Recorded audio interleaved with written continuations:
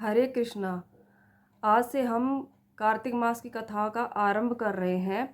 जिस प्रकार तिथियों में ठाकुर जी को सबसे अधिक प्रिय एकादशी है, उसी प्रकार मासों में सबसे अधिक प्रिय ठाकुर जी को कार्तिक मास है। तो उसी कार्तिक मास की हम आज से कथा आरंभ कर रहे हैं। इसे दामोदर मास भी कहते हैं। आज से आप कार्तिक मास का आनंद लीजिए और उनकी कथाओं का भी आनंद लीजिए। कार्तिक मास के अंतर्गत प्रथम कथा का श्रवण आप करें।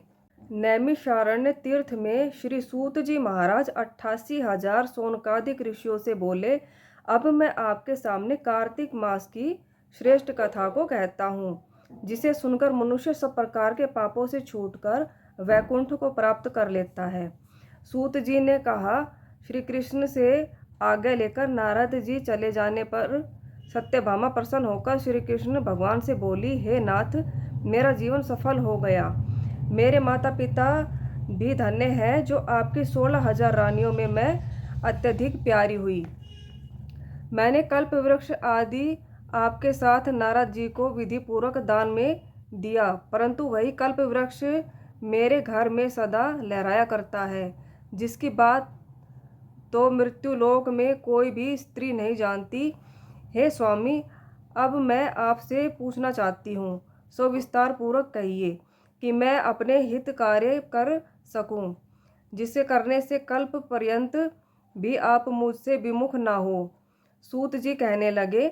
सत्यभामा के ऐसे वचनों को सुनकर श्री कृष्ण भगवान हंसते हुए सत्यभामा की बाँह पकड़कर कल्प वृक्ष के नीचे गए और बोले, हे प्रिय, 16,000 रानियों में तुम मुझे प्राणों से समान प्यारी हो। तुम्हारे लिए देवताओं और देवराज इंद्र से भी मैंने विरोध किया था। उस महा अद्भुत वार्ता को सुनो।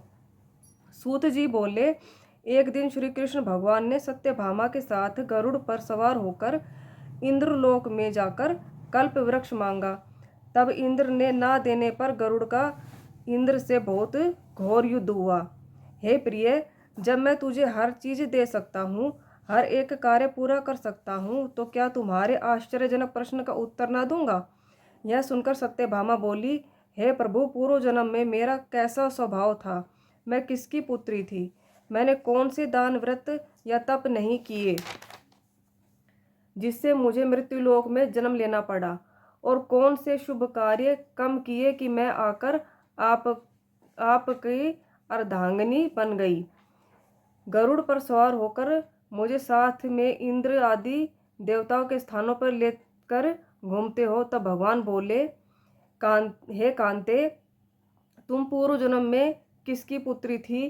कौन से पुण्य और व्रत और शुभ कार्य तुमने किए थे? ये सब कहता हूँ। पूर्व समय में सतयुग के अंत में मायापुरी में अत्रि गोत्र में वेदों और यज्ञों को जानने वाला देवशर्वा नाम का एक ब्राह्मण रहता था। वह रोज अतिथियों की सेवा, हवन व सूर्य भगवान की पूजा किया करता था, इसलिए सूर्य की तरह तेजस्वी था।